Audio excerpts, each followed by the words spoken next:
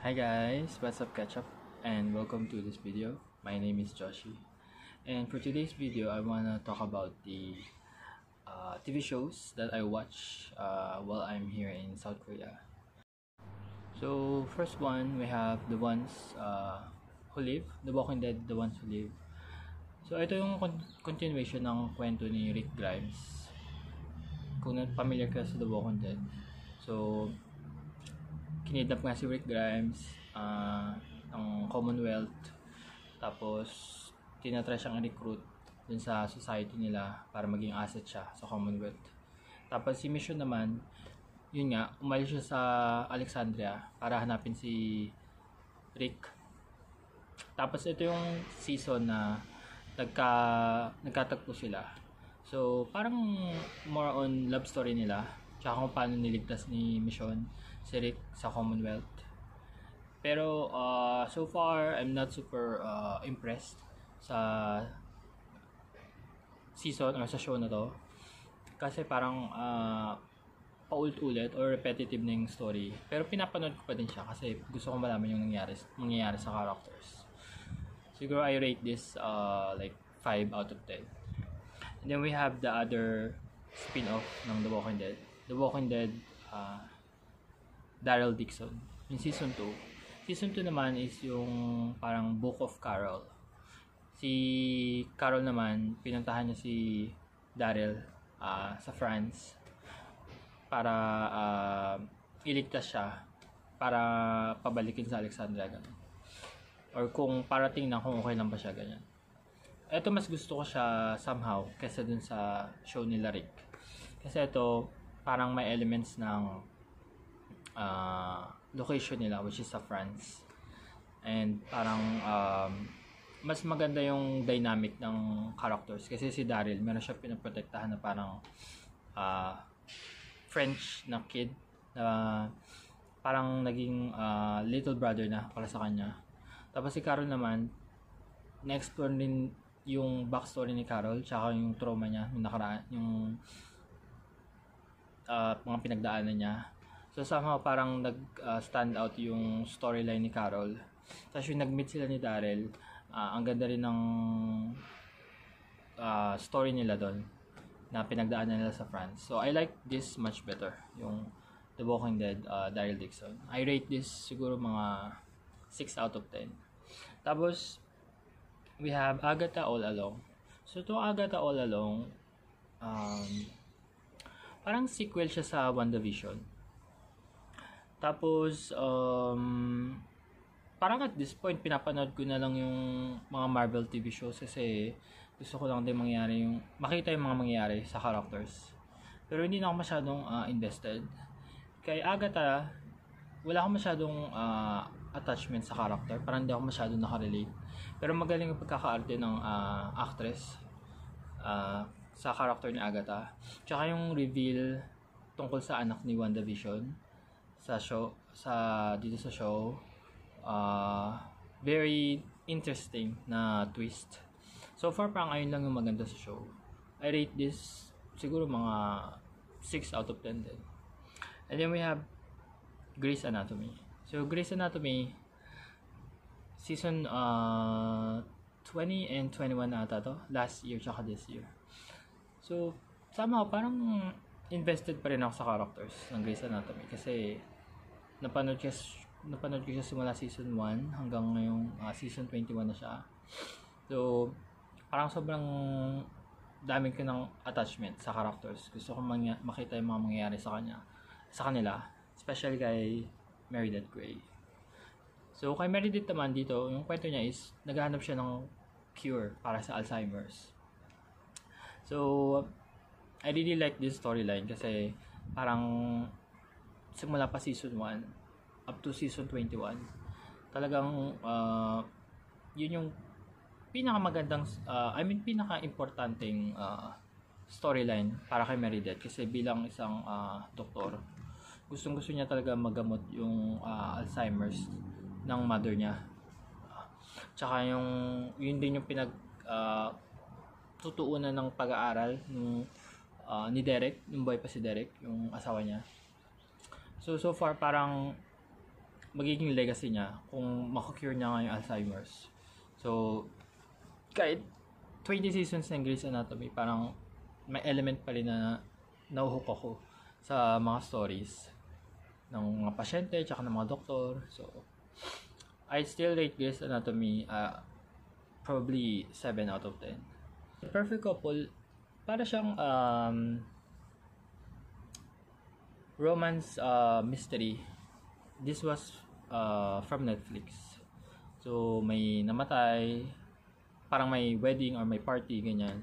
Tapos, may pinatay, tapos papanoorin mo yung episodes, i-reveal ko sino yung killer along the way. So, by the end of the season, yung last episode niya, na-surprise naman ako dun sa kung sino yung killer. And, ang ganda rin naman ng twist nung bawat characters. Pero hindi ako masyadong na-amaze sa overall kwento niya. Pero entertaining naman kahit pa paano. So, I rate this 7 out of 10. The Perfect Couple. You have The Boys. So, The Boys naman, this is available sa Amazon. Kung mahilig kayo sa mga superhero TV shows, this one, superhero with a twist. Parang anti-superhero siya na show. So, I think it's season 4 or 5 na ata. Hindi ko matandaan. Pero yung season na to, ito yung pinaka-weakest na season para sa akin. Kasi walang masyadong impact yung stories na na-explore dito. Siguro ang pinaka gustong storyline so far is yung kay Stargirl. Kasi si Stargirl parang ina-explore niya yung pagiging mabait niyang side as a superhero, at also yung dark side niya as a superhero. I think that's my favorite storyline this season. Pero yung others parang filler na, hindi ako masyadong na-entertain. So I rate this siguro mga 6.5. So Dune Prophecy, guys. So yung spin-off na show na to, tungkol siya sa sisterhood ng mga babae na parang may special gifts sila. Tapos very powerful kasi meron silang role sa society kung saan parang advisor sila ng mga hari, ng mga prominent na pamilya, ganyan.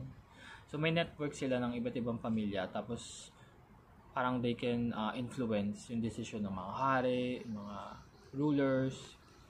So itong sisterhood na to, meron din siyang dark side.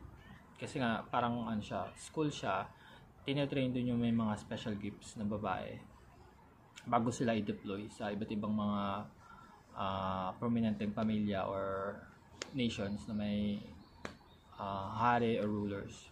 Tapos meron isang babae na parang meron siyang gift to convince someone sa pagsasalita niya lang, ganyan. So sobrang ganda ng gift niya, pero yung story niya, yung backstory niya is sobrang painful din. And then somehow parang naging puno siya ng sama ng loob or hatred or bitterness sa society or sa gobyerno nila. And then parang naging main drive niya as a leader ng sisterhood is revenge. So somehow ang ganda rin ng kwento, na-impress naman ako. Hindi ko in-expect na malalim siya yung kwento, and maganda rin siyang panoorin kung mahilig kayo dun sa main movie na Dune, kung nagustuhan nyo yun. So I rate this like 7 out of 10. And then we have From. So itong From, horror naman siya, guys. Ang main story nito is meron isang pamilya na bumabiyahe sila, tapos somehow parang naligaw sila, tapos napunta sila sa isang lugar na di na sila makaalis.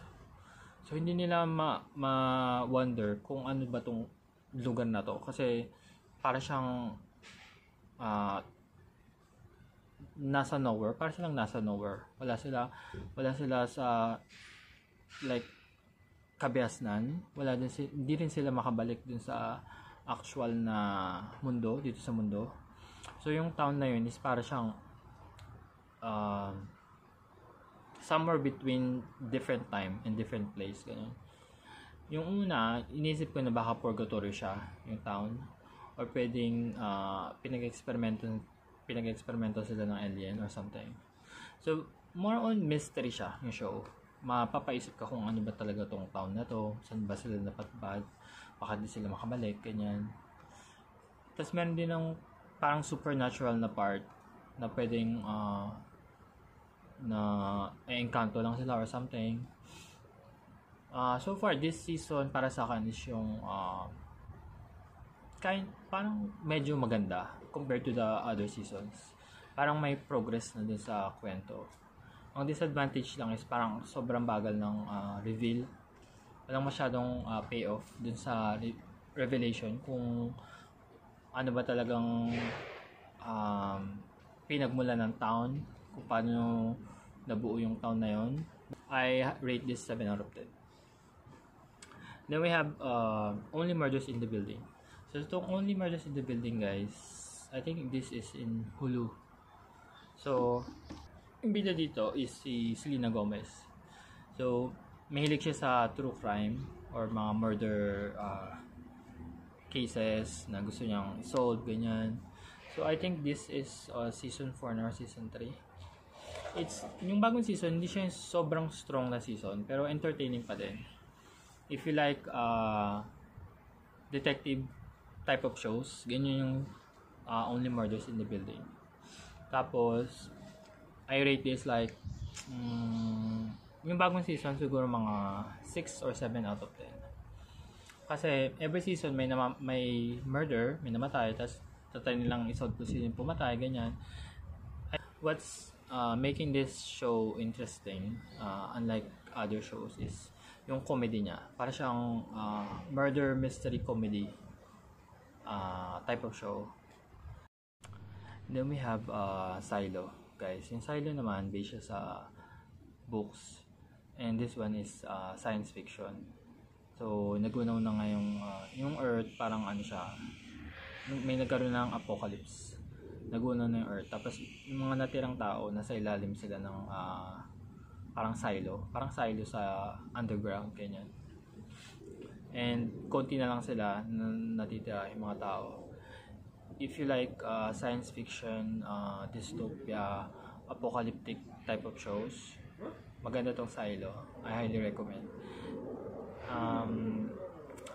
Yung mystery is kung paano nabuo yung Silo, tsaka kung paano nagunaw yung mundo, tsaka kung paano magsisurvive yung mga natitirang tao sa ilalim ng lupa or underground.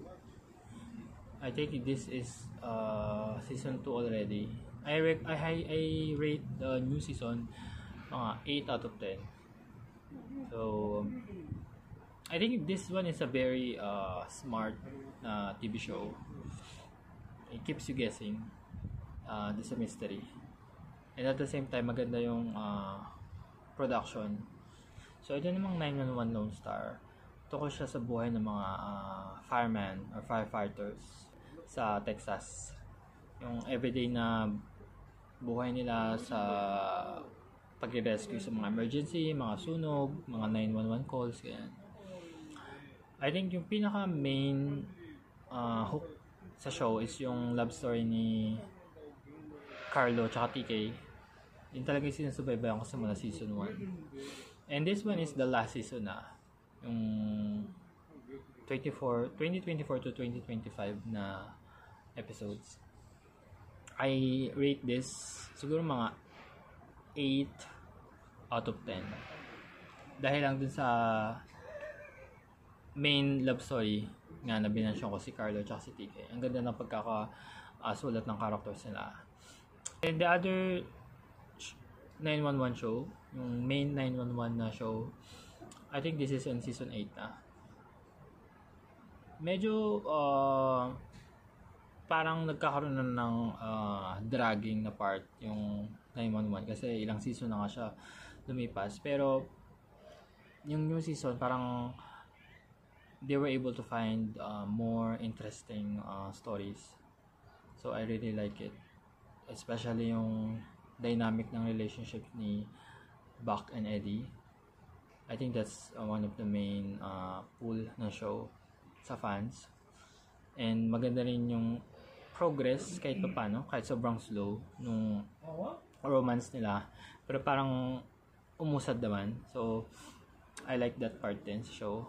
And also yung other characters, solid rin yung kanya-kanya nilang storyline. And nakikita mo talaga yung hirap ng mga firefighters sa pagre-respond din ng mga emergencies.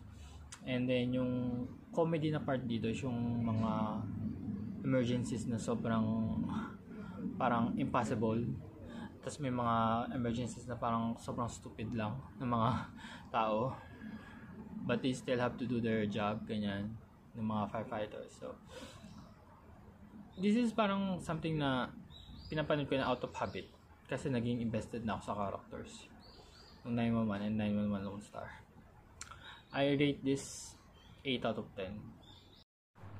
So itong disclaimer guys, I think this is based on a book. Nakaset siya sa Europe. Ang nangyari is, merong isang teenager, niligtas niya isang bata na nalulunod. And then yung siya na yung malulunod, walang nagligtas sa kanya. So this is parang mystery drama yung approach ng story. Yung parents ng teenager, dalawa kasing POV dito, yung point of view ng parents ng teenager. Gusto nila malaman kung bakit namatay ang anak nila, tsaka yung tunay na nangyari. And then yung other point of view dito is yung point of view ng nanay ng batang niligtas. Yung pala may twist na nangyari, parang meron siyang romance na one-time romance dun sa teenager. Kaya niligtas ng teenager yung anak niya. Parang ganun. So, I think the point of the story is mapapaisip ka kung sino ba talaga yung villain o yung masama. And then, medyo slow yung progress ng story. Pero maganda yung reveal ng motivations ng character. Kaya nahook ako. Hindi ko in-expect na maganda siya. Ano ko siyang pinanood, yung episode 1. I rate this 8 out of 10. Itong teacup naman guys is horror drama, supernatural, science fiction type of genre siya. Tungkol din siya sa isang town. Tapos yung isang town na yun, parang natrap sila sa isang nagkaroon ng linya around sa town. Tapos pag nag-cross ka dun sa linya na yun, like parang mamamatay ka. Parang na mawawalan ka ng laman loob, ganyan, or something. Matitira lang buto. So, hindi nila alam kung paano nangyari yun. Na nagkaroon ng line dun sa town nila. Tapos, eventually, habang lumilipas yung araw, tsaka yung mga bawat episodes, nare-reveal na mayroong parang science fiction na part, na parang may alien na napunta dun sa town. And then, meron ding part na supernatural na parang may mga tao na matagal na silang involved dun sa conspiracy theory na merong alien na nagwo-walk among us, ganyan. Tapos, so parang may side ng mga tao na naniniwala sa alien, tapos hinahunting nila yung alien na yun. Tapos yung alien na hinahunting is pumunta dun sa town, nilagay niya ng barrier yung town para hindi siya mahuli, parang ganun. So merong two types ng alien, parang yung mabait na alien tsaka yung masamang alien. Di pa masyado na-explain lahat kasi based on a book din siya eh. Pero yung so far in season 1, nakaka-hook siya, first episode pa lang. I rate this 8 out of 10 kasi maganda yung element ng surprise tsaka yung mga twist. And then we have A Killer Paradox. I think last year pa to. Itong A Killer Paradox, sa ano siya eh, Netflix. Tungkol siya sa isang parang Korean na sobrang unsatisfied siya sa buhay niya. Parang feeling niya walang patutunguhan yung buhay niya or walang point or something. Tapos isang situation yung nagbago sa buhay niya. Meron siyang na-meet na serial killer habang nasa ship siya kasi nag-work siya sa convenience store. Tapos isang beses parang na-encounter niya yung serial killer. Tapos nagkaroon sila ng struggle. Tapos later on, na-realize niya na meron pala siyang gift para makita yung yung puso ng mga tao. Parang nakikita niya agad kung yung tao ay masamang tao or mabait, ganun. So, parang na-detect niya agad yung sino yung serial killer, sino yung psychopath. Eventually, parang naging serial killer din siya later on. So, ang ganda ng twist ng stories. Tsaka, nakarelate ako sa character. Sa parang existential crisis na pinagdadaanan niya sa buhay. That's why I like this K-drama. K-drama to eh. I rate this around 8.5 out of 10. So, Three Body Problem guys, based on a book siya. Science fiction to. Tungkol siya sa alien invasion. Parang kung paano nagkaroon ng alien invasion, tsaka paano sasakupin ng aliens yung Earth. Hindi ko pa nababasa yung books. Pero so far, interesting yung delivery ng story. Tsaka yung reveal ng mga mystery bawat episode. Okay din. And somehow parang ang deep niya. Parang may very deep siya na meaning tungkol sa humanity, sa buhay ng humans. And also sa parang legacy ng humans pag na conquer or na invade tayo ng aliens, ganun. Very mind provoking or thought provoking yung show na to. And hindi siya yung maiintindihan mo agad pag napanood mo. Parang magi-stick siya sa'yo, and then later on mo na ma-realize, ay, ganun pala yung parang nangyari. Ganun siya ka-deep na story.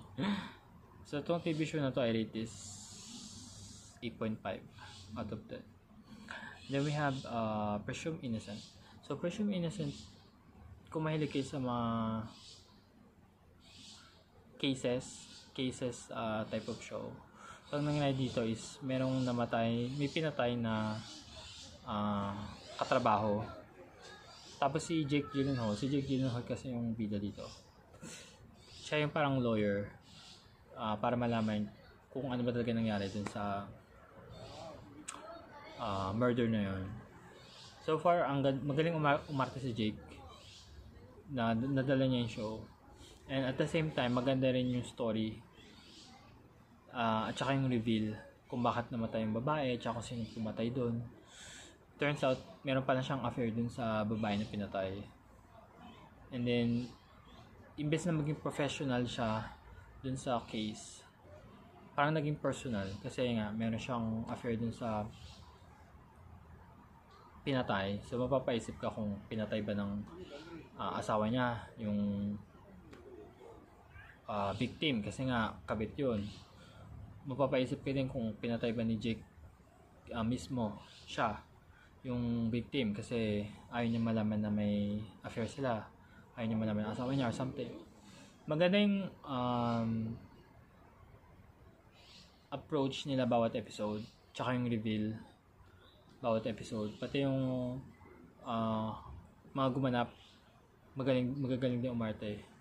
So I rated this like 9 out of 10. Parang sobrang unforgettable ng story, tsaka yung twist niya sa dulo, sobrang gulat ako na hindi ko na-expect. And then we have next show, which is American Horror Stories. Itong American Horror Stories, guys, iba-iba siyang horror story bawat episode. I think this one is with Hulu. Spin-off siya ng American Horror Story. So far, I think ito yung pinaka-best season ng American Horror Stories. Yung nakaraan nila, 2024 na season nila.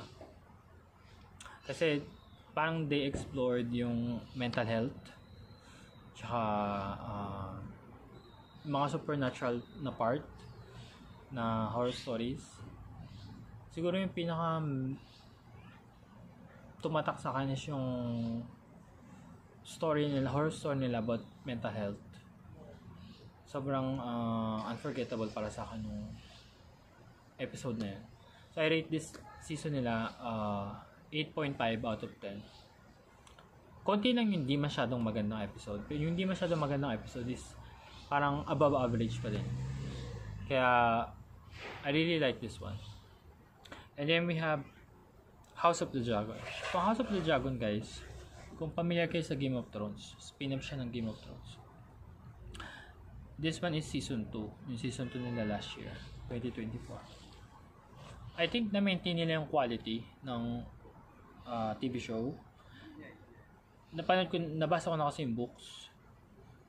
Yung Fire and Blood na books. Yung base, kung saan base tong show na to.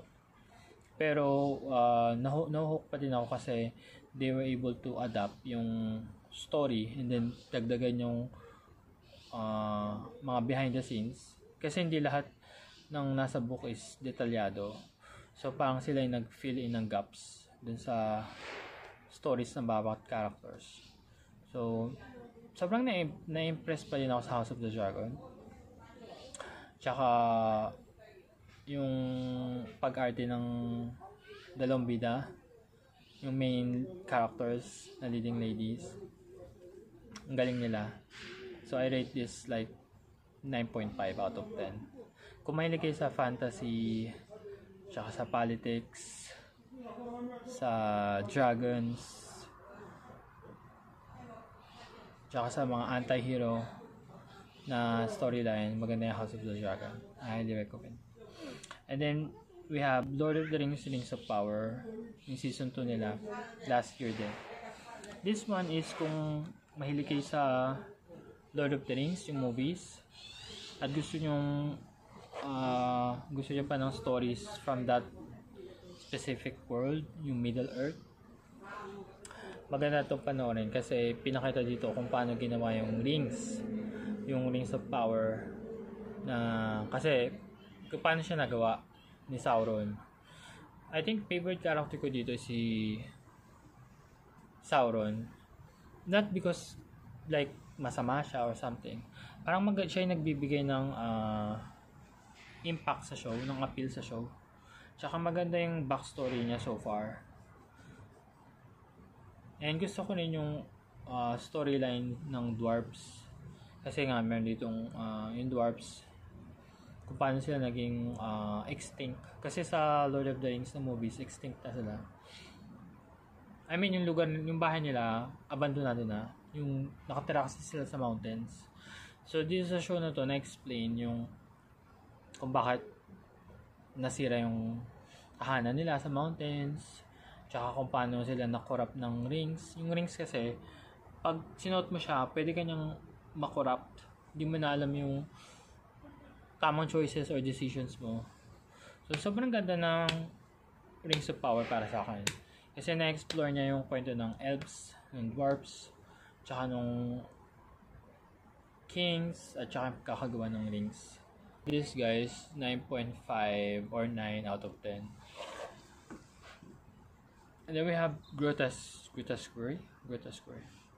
So ito naman horror to guys from the creators of American Horror Story. Hindi ko talaga ina-expect na sobrang gore niya, sobrang brutal and violent nung show na to. I think that's the horror part.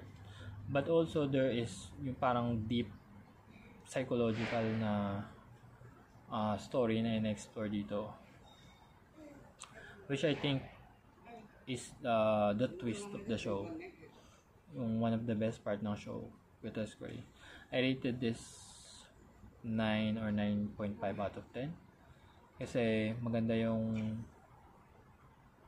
kakaganap ng characters, also yung reveal or yung storylines. Hindi siya sobrang compelling, pero ang ganda ng pagkaka-deliver ng mystery tsaka ng reveal. Tsaka, very unpredictable siya. Hindi mo alam yung patutunguhan ng kwento. Yung akala mo, dito pa punta yung story, pero biglang lumikong ganun. So far, nag-work siya. Nag-work siya sa show. Kasi parang, nagandahan naman ako sa ending. Ang kwento kasi nito, tungkol siya sa isang detective. Sinasolve niya yung murders na ginagawa ng isang serial killer. Yung serial killer, para siyang, meron siyang obsession sa religion. Kaya yung detective dito, meron siyang kinoconsult na parang madre para ma-interpret yung clues na binibigay ng serial killer. And sobrang disturbing nung ibang mga scenes tsaka yung story. Kung mahilig kayo sa ganong type of horror, I highly recommend it. Pero pinanood ko lang to kasi walang bagong season ng American Horror Story.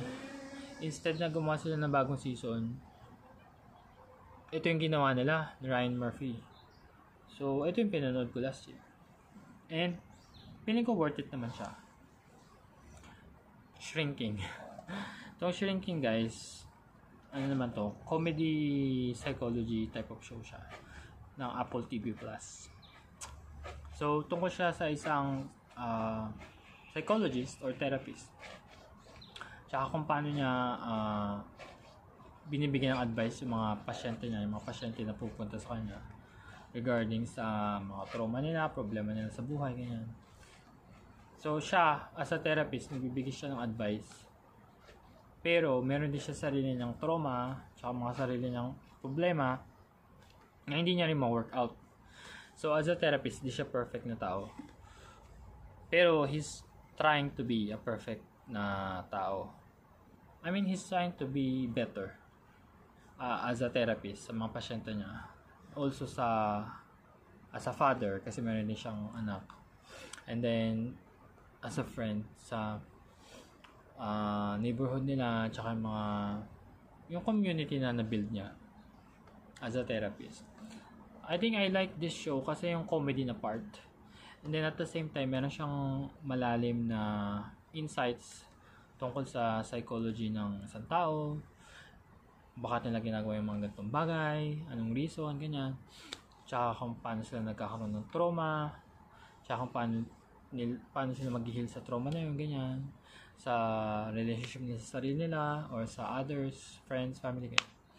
So, funny siya, pero at the same time, deep. That's why I like the show. I rated this, I think, 9 out of 10. And then we have English Teacher. Itong English Teacher naman, tungkol siya sa isang English teacher. Kung saan, very idealistic siya. Meron siyang mga ideas na parang gusto niyang sa buhay or i-implement sa school nila, sa mga buhay ng mga estudyante niya, ganyan. Pero, at the same time, nababurden siya ng pagiging idealistic niya. Kasi, parang reality check siya minsan. Yung mga bagay na akala niya ay pwede mangyari, minsan nadedululo na lang pala siya na hindi pala pwedeng baguhin yung ibang mga situation or sistema. Minsan hindi mo na mababago, ganyan-ganyan, na kailangan mo na lang tanggapin. So it's more on yung drama sa school ng mga faculty teachers. Ganyan. Tsaka yung buhay nila as a teacher. So, sobrang funny din ito.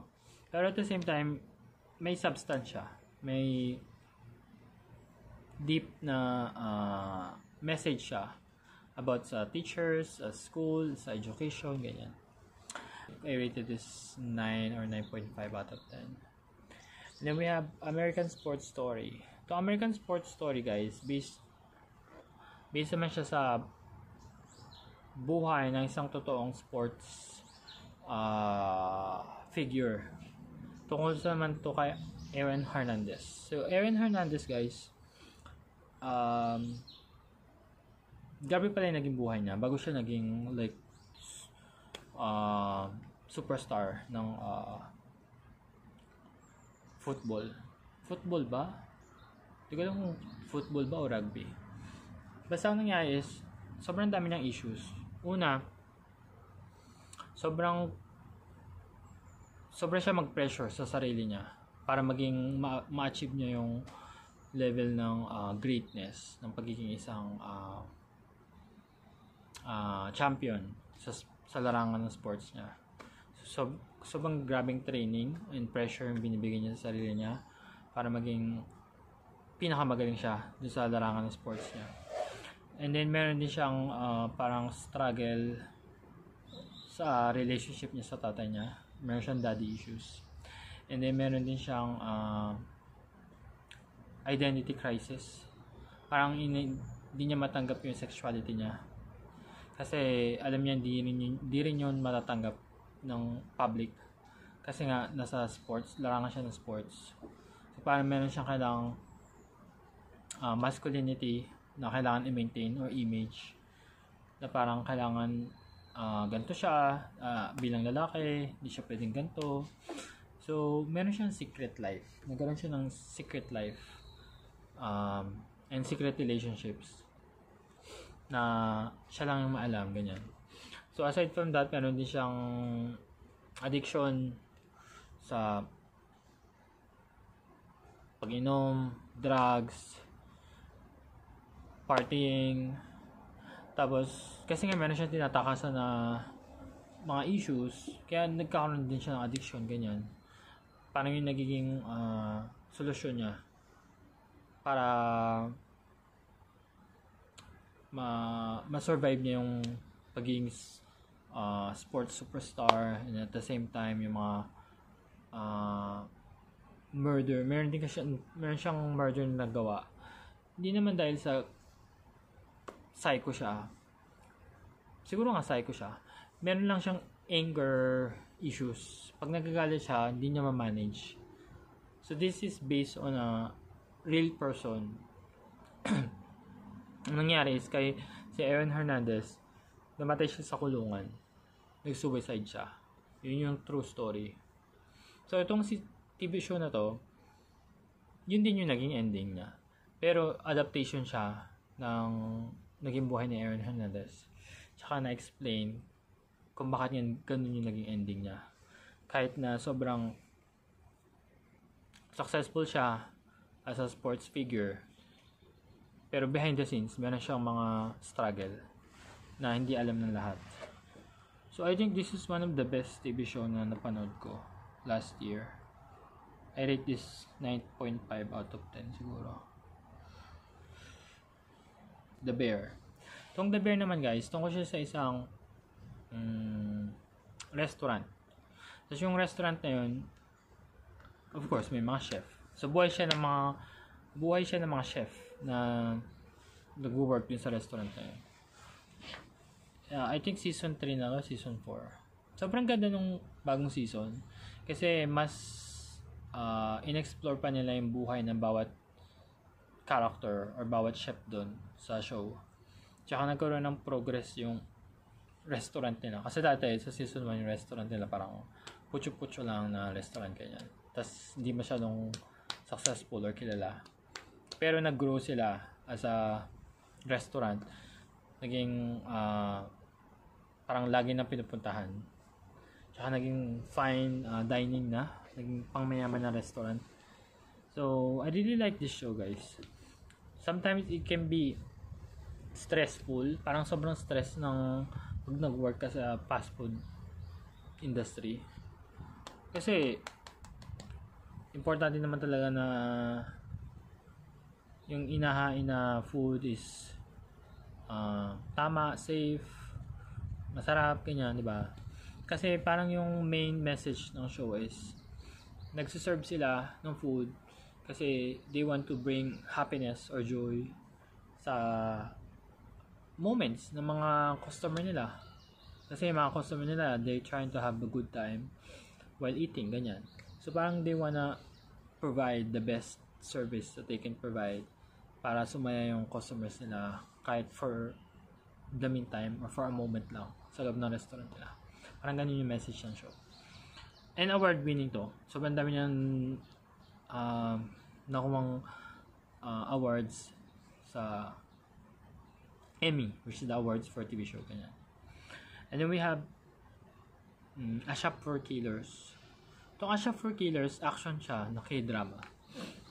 Tungkol siya sa parang isang pamilya na meron pa lang silang hidden na business.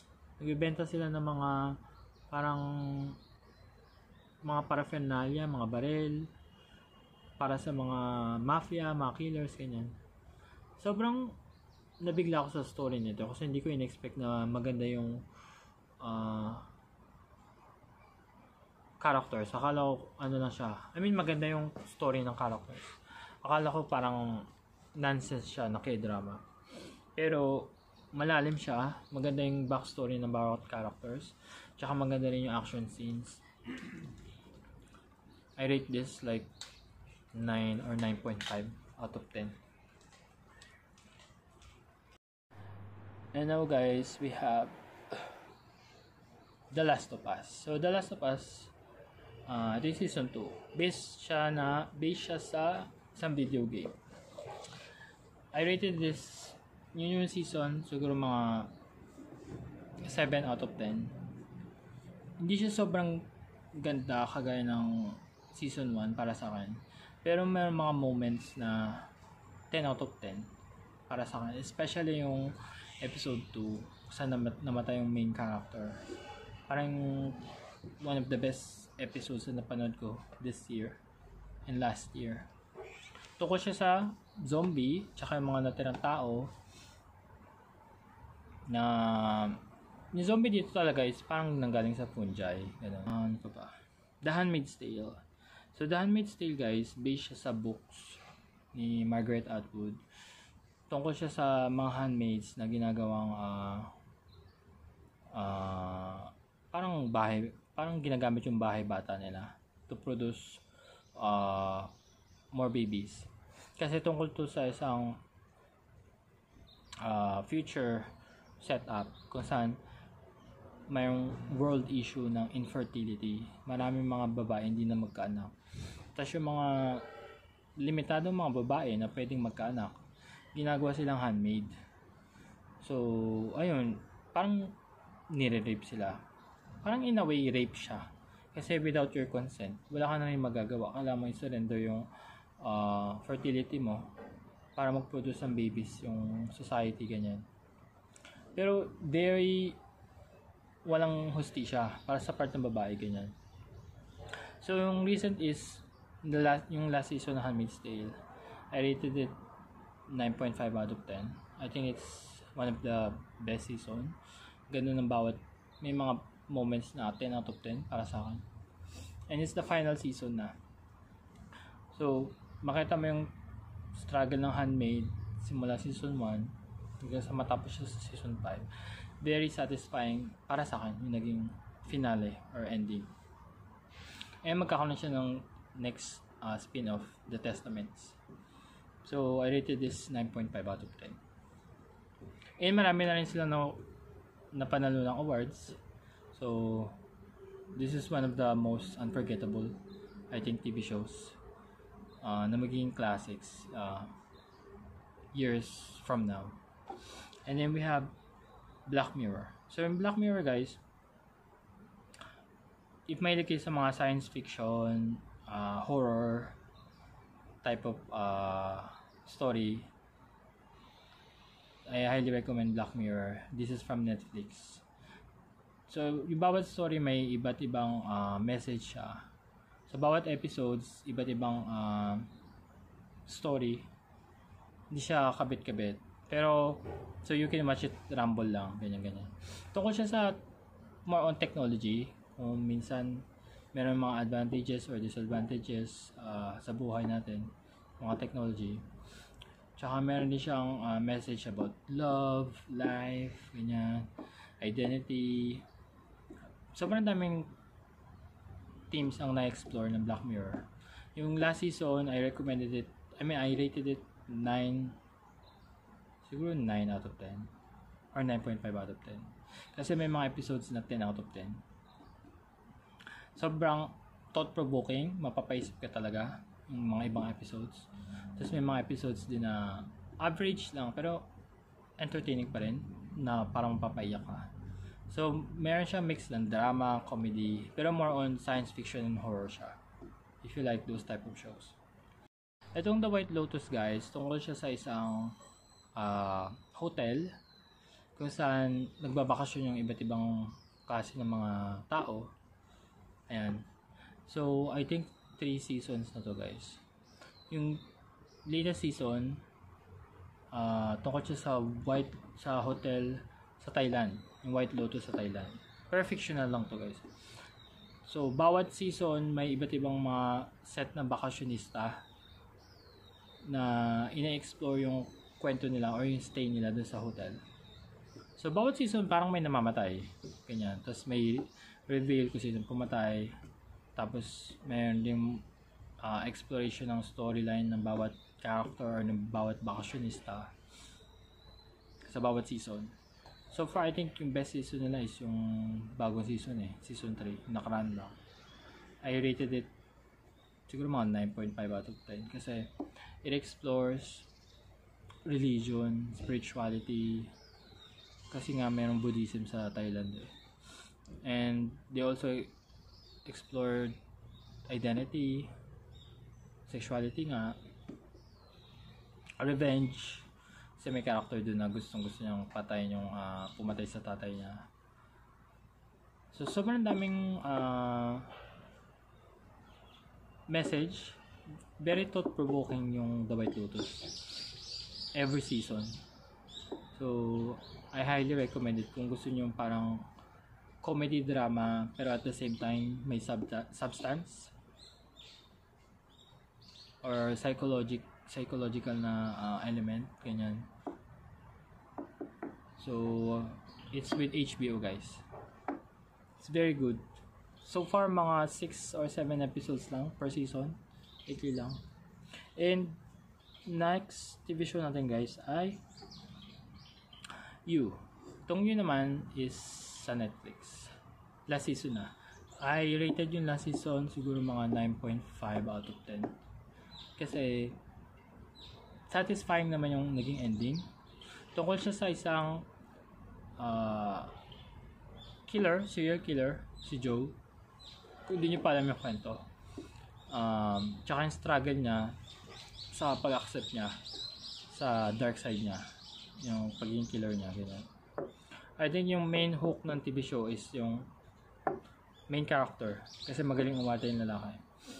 And also yung message niya na ina-explore about sa mga killer. Sometimes we romanticize yung dark side ng mga tao.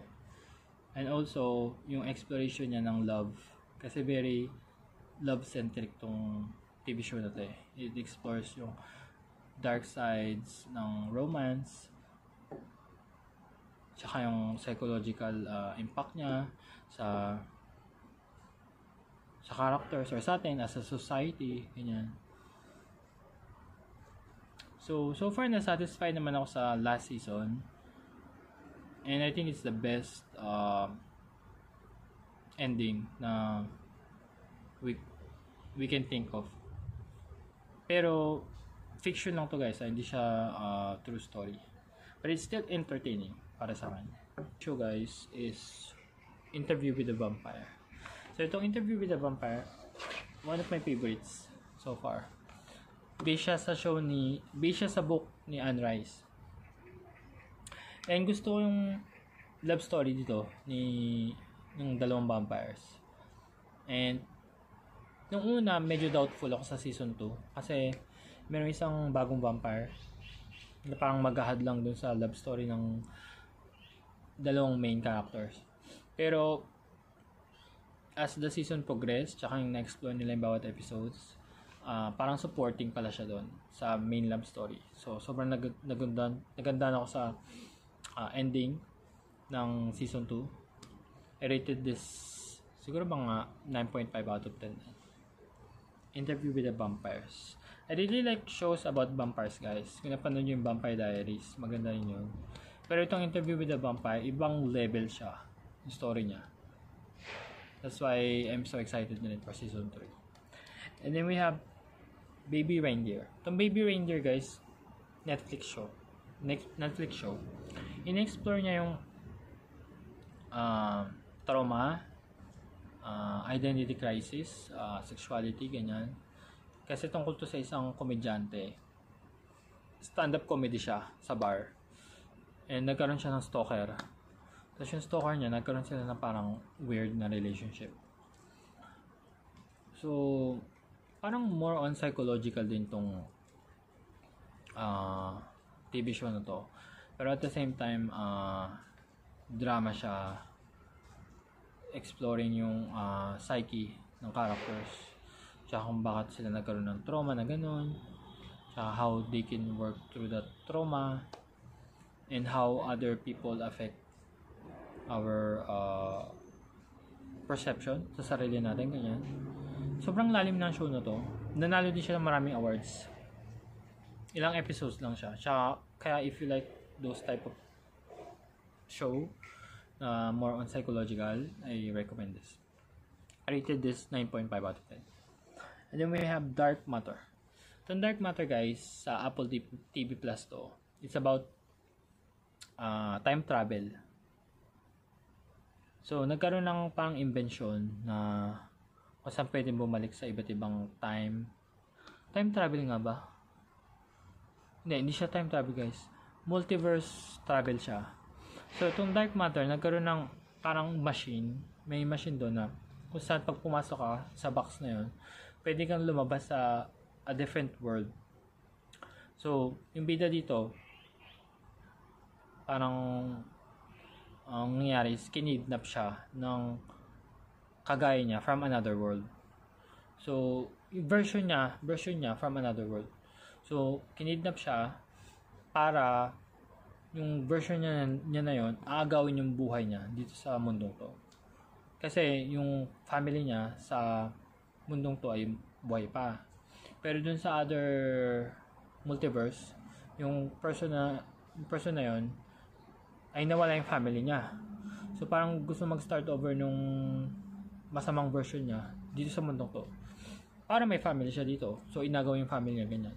Tapos siya, natrap siya sa ibang multiverse. So parang tinatry niya bumalik di sa multiverse na to para makasama ulit yung pamilya niya. Sobrang interesting ng kwento. Based on the book siya based on the book siya. And parang Mission Impossible, kasi paano ka makakabalik sa multiverse na to? Sobrang daming multiverse. Infinite. So, ang nangyari is, napunta siya sa iba't ibang version ng Earth. Merong Earth na nawasak na, merong Earth na nagyelo na, tapos may Earth naman na iba yung pamilya niya, ganyan. Pero sobrang ganda ng story, tsaka yung mga pinagdaanan niya sa iba't ibang multiverse. And gusto ko na yung ending. So far, maganda yung naging resolution sa kwento.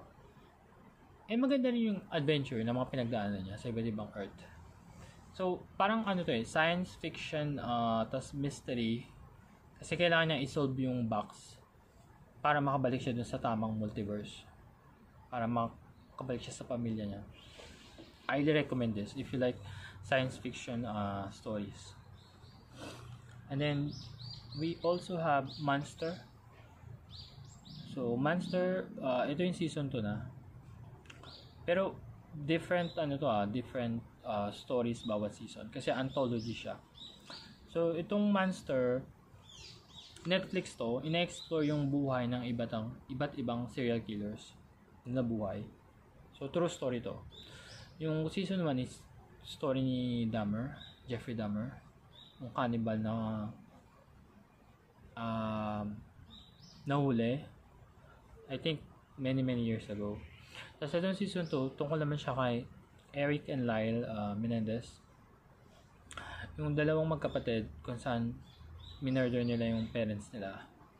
in-explore yung motive nila tsaka yung reason nila bakit nila minurder yung parents nila. Turns out, parang meron silang trauma ng bata sila. Itong dalawang magkapatid, parang ina-abuse sila ng father nila. Like, sexually ina-abuse sila. Tapos yung mother nila, parang hinahayaan lang, naging complicit dun sa ginagawa ng tatay. Hanggang ngayon, nakakulong pa din yung dalawang magkapatid. Nasa kulungan pa din sila ngayon. Pero, itong TV show, parang nabigyan ng awareness yung mga tao kung ano ba talaga yung pinagdaanan nila. Tsaka yung impact ng abuse sa mga bata. I rated this, I think, 9.5 out of 10. Sobrang nashock ako sa story. Tsaka maganda yung pagkaka-arte ng mga characters. Tsaka, since true story nga siya, talagang mapapaisip ka, bakit walang hustisya? Bakit nakulong? Bakit hindi pa rin napapalaya yung dalawang magkapatid? Kasi, they acted self-defense eh. Kung papanorin mo yung TV show, parang na-explain yung reason nila kung bakit naging sobra na para sa kanila yung trauma that they ended up killing their parents. Ayun. Pero hindi talaga natin malalaman kung ano yung totoong nangyari behind their household. I mean, sa loob ng bahay nila. Sila lang talaga nakakaalam. So, we're not sure kung magkakaroon ng retrial at mapapalaya yung dalawang magkapatid. Pero so far, nakakulong pa rin sila. As of now. And then we have Weak Hero. So, Weak Hero, I think this is the best K-drama na napanood ko so far. Tungkol siya sa bullying, also friendship, and tungkol din siya sa how it's very important to have like a support system mo, especially sa formative years mo, kasi tungkol to sa mga bata. I think middle age ata sila, high school or parang ganun, high school or college, parang ganun, high school to college na age range. And kung paano sila minsan nagiging isolated sa sarili nila, ganyan, and sometimes they can be persuade to join mga gang sa school, tsaka how that can lead to like bad influence, suicide, fraternity, ganyan. Basta sobrang ganda ng story niya in terms of yung emotional depth ng bawat characters, tsaka yung consequences ng actions natin, how it can affect our future friendships, ganyan. Basta hindi ko ma-explain, parang you can only experience it pag pinanood yung show. So far they have 2 seasons na, tsaka konti lang episode per season, so I highly recommend this. I rated this 10 out of 10 yung Weak Hero. It's my favorite K-drama so far. And then we have the last one, which is Friends. The Friends, guys, sobrang classic na nito, pero hindi ko siya pinapanood dati kasi feeling ko hindi siya maganda, ini-ignore ko lang siya. Pero this year, pinanood ko siya early January yata o February, and 10 seasons lang siya.